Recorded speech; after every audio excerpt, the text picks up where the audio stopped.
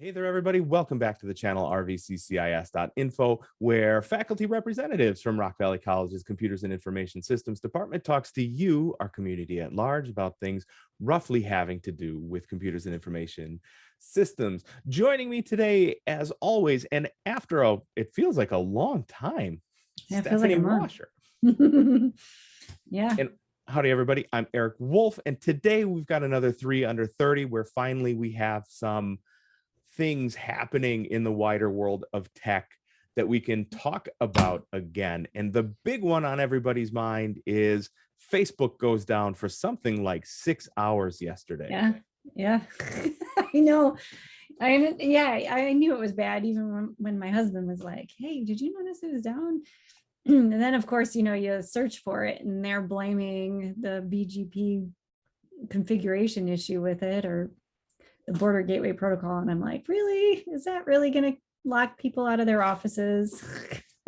Yeah, that's the part that gets me is, there's reporting, and I don't know how much reporting you can really call, or if it's like jackwagons on Twitter going like, yo, I talked to somebody from Facebook and they said they couldn't get in their office.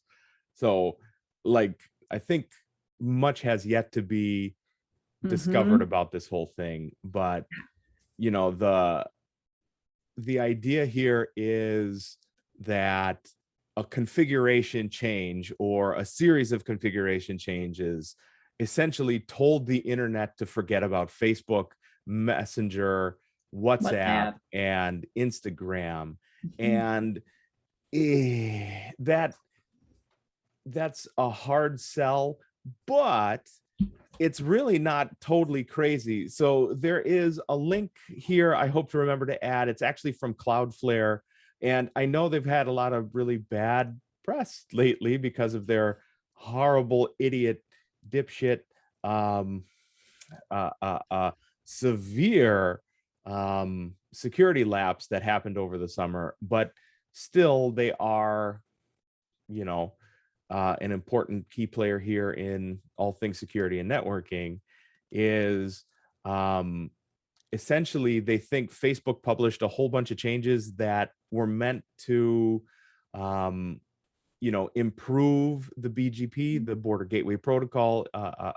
So it's essentially like mapping for the internet, right? So DNS tells you where your destination is, and BGP tells you how to get there. And it seems like Facebook made a change that essentially borked getting to Facebook properties. Yeah. And still, you not being able to get into like the server room to make the changes back.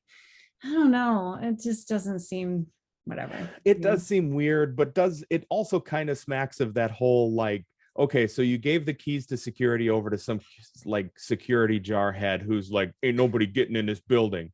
And then they forgot to give permissions back to the crew that manages the server or BGP or whatever. And so then there's a bunch of dorks outside who are like, I've got a badge, I'm supposed to get in. And I can see it kind of happening that way too. Yeah, well, they'll definitely have a backup this time. Yeah, and it's not the first big company that did this, and it's not the first time a small change screws over a big portion of the internet. YouTube went out for most of Europe right after the pandemic began because, and I don't remember the whole story, and I wish I had time to look it back up, but one country was looking to ban YouTube, so they changed one of these BGP rules for their local internet portion, and then it ended up getting pushed, and the whole world was like, YouTube who again?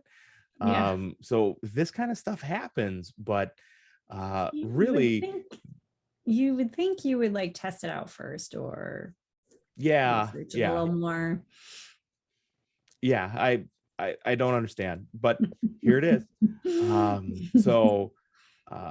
it's not there was another time I couldn't find any, I also didn't remember what to look for, but I do know earlier this year or late in 2020, another major service went down for a while. And it was because somebody replaced the hashtag with no hashtag in a regular expression. So it was literally like one line that got goofed up, and it was pretty hard to find, and it had a pretty big impact. So double check your stuff, everybody, because it little changes make big mistakes. So so there you have it. Facebook goes down for 6 hours, but that wasn't even the worst of their ultra shitty week, was it? Oh my God, yeah. I was looking at this other, and I didn't really look too much into the Facebook whistleblower, but geez. So what is her name again? Elizabeth, no, right? Elizabeth Huygen or something. Huygen. Yeah.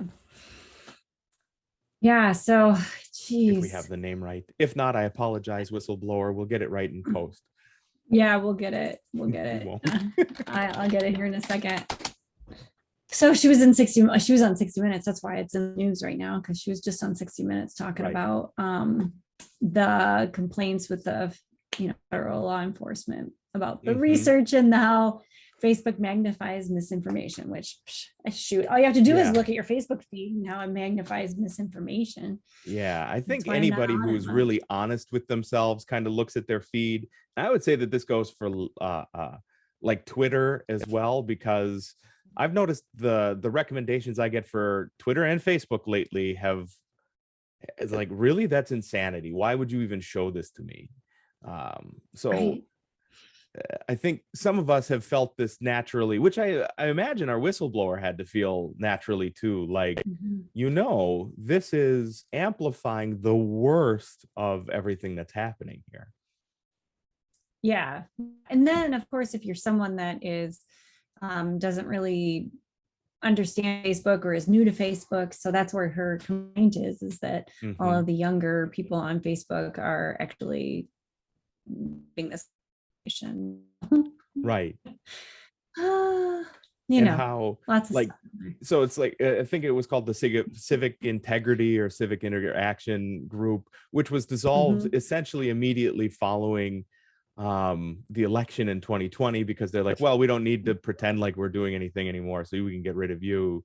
But how that group even had internal but well done and like academically rigorous studies, how like Instagram, especially with teen girls, makes their overall satisfaction with life lower, but then the worse they feel, the more they engage with Instagram, which is good for the company.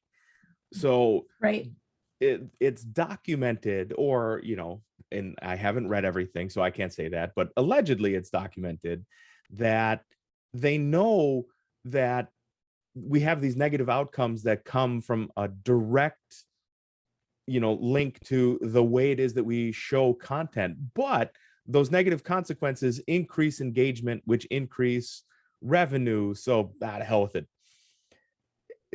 Yeah, any news that's eye-catching and makes them click on something is good news to share. So you never know what's good or bad. And oh wow.